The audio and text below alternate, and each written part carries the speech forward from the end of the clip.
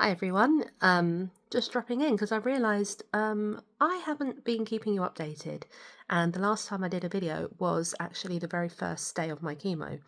Um, so here I am doing another update.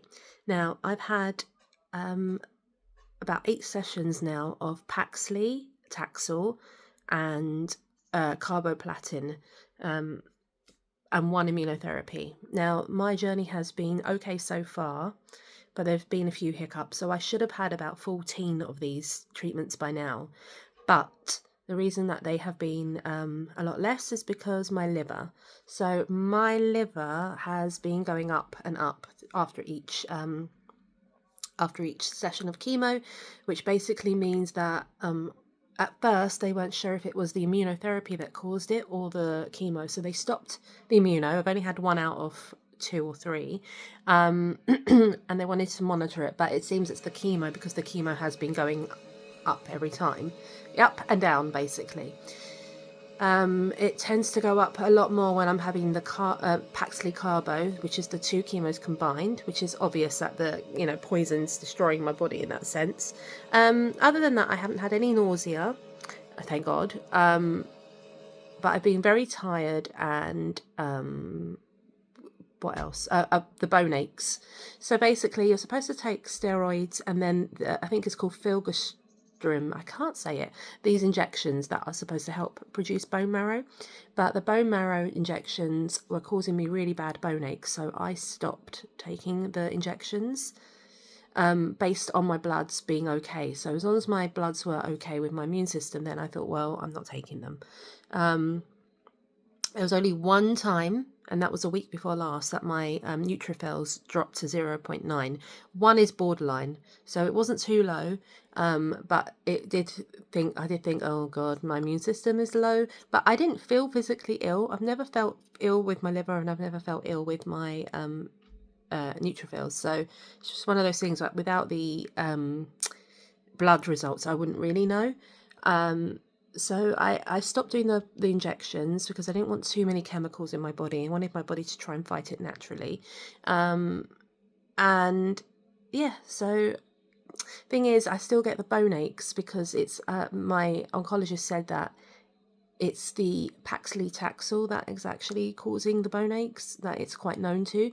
So although I've had bone aches since stopping the bone marrow injections, they haven't been as severe, and she has dropped my chemo percentage as well to help with the pain and to help with the liver.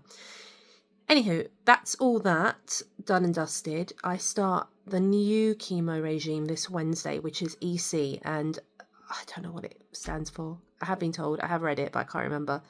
It's kind of weird. I see so many people in my boat who know about the names and the drugs and everything, and me, I don't really know how to pronounce them, and I don't really want to know because who cares, it's going in my body. Sorry, also side note, I had my hair cut a few days after chemo. I wanted it here and he cut it here, so it's short and horrible because of that. In general, this is obviously my own hair still. I have been losing quite a few strands. You can kind of see that I've lost my eyebrow hair and my lashes compared to the first video. So look at that. Horrible. And that's them hanging on for dear life.